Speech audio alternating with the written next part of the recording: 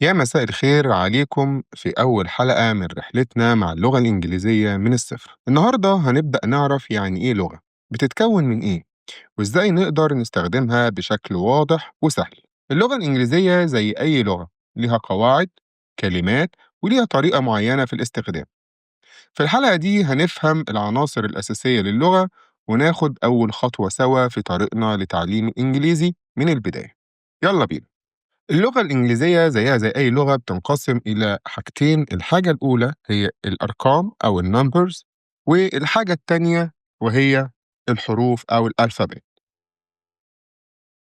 تعالوا نشوف الحروف دي بتكون عبارة عن إيه. الحروف دي لما بنحطها جنب بعضها بتدينا كلمات زي كلمة مثلا أبل، بوك، كات، وهكذا. يبقى لما بنيجي نجمع الحروف جنب بعضها بنحصل منها على كلمة.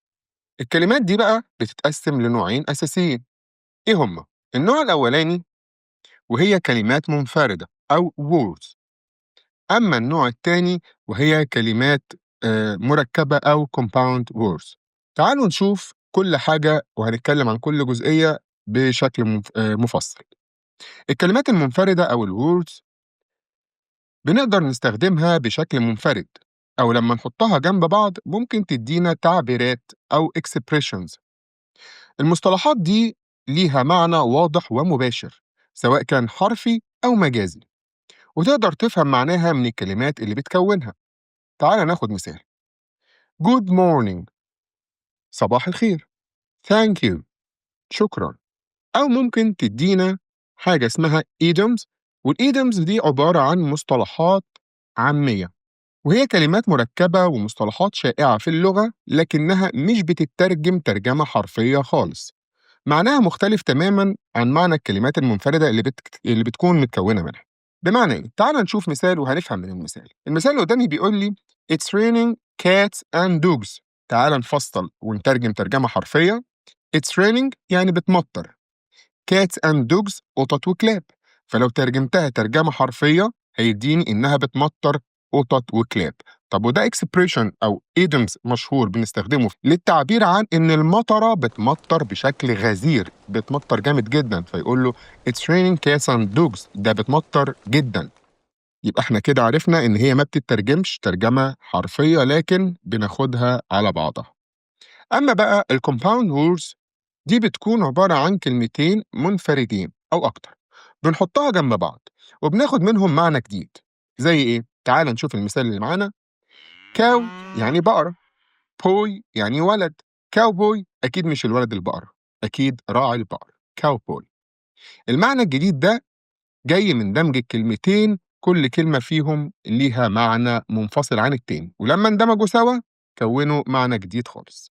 كده احنا عرفنا الحروف لما بتتجمع مع بعض بتدينا كلمات، وعرفنا ان الكلمات منها نوعين وايه هما النوعين بتوع الكلمات. تعالوا نشوف بقى المكونات الرئيسية للغة الإنجليزية.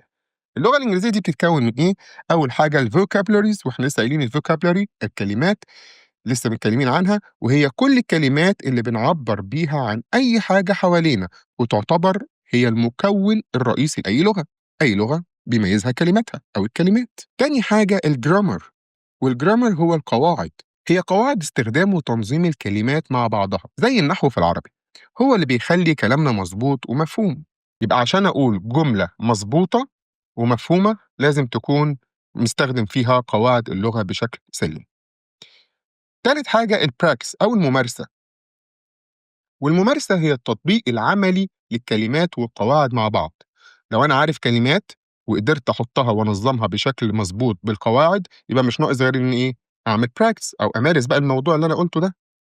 يبقى هي التطبيق العملي للكلمات والقواعد مع بعض، والممارسة هي اللي بتثبت المعلومة وبتخليك تتكلم بطلاقة. تعالوا نشوف الكلمات والقواعد دي بنستخدمها عشان نكون إيه. أول حاجة عشان نكون sentence، جملة. تاني حاجة عشان نكون farce، عبارة.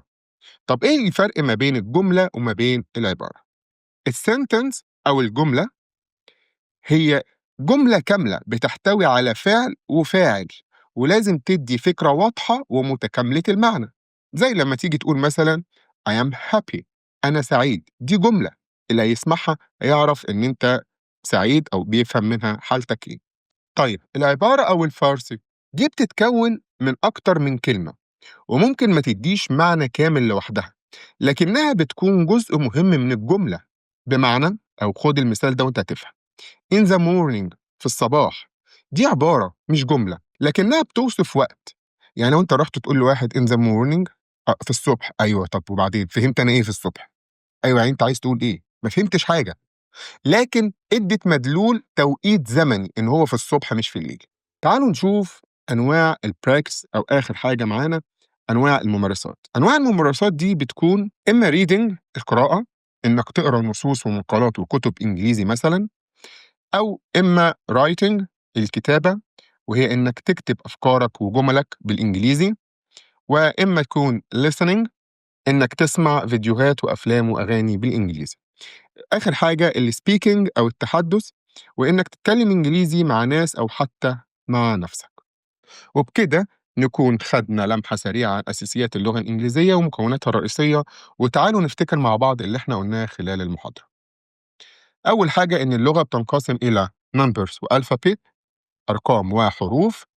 الكلمات دي أو الحروف لما بتتكون جنب بعضها بتدينا كلمات words أو compound words، كلمات أو كلمات مركبة. بعد كده اللغة عبارة عن كلمات أو vocabulary، كلمات، grammar، قواعد، وpractice، ممارسة. الكلمات والقواعد بنستخدمها عشان نكون sentence، جمل أو عبارات. أنواع الممارسات في اللغة بتكون عبارة عن reading، writing، listening، و speaking. وبكده بنكون خلصنا ووصلنا لنهاية المحاضرة بتاعتنا، ويا رب تكونوا استفدتوا النهاردة وعرفتوا أساسيات اللغة ومكوناتها الرئيسية وطرق استخدامها. المحاضرة الجاية هتكون عن الأرقام، وهنعرف إزاي نقراها وننطقها بشكل سهل. حتى لو عندك مشكلة في قراية الأرقام هتقدر تتعامل معاها، من الأعداد الصغيرة لحد المليارات. أشوفكم على خير في الحلقة الجاية، وخليك دايما فاكر إن كل خطوة صغيرة بتقربك من هدفك. إلى اللقاء، وفي محاضرة جديدة إن شاء الله. سلام عليكم.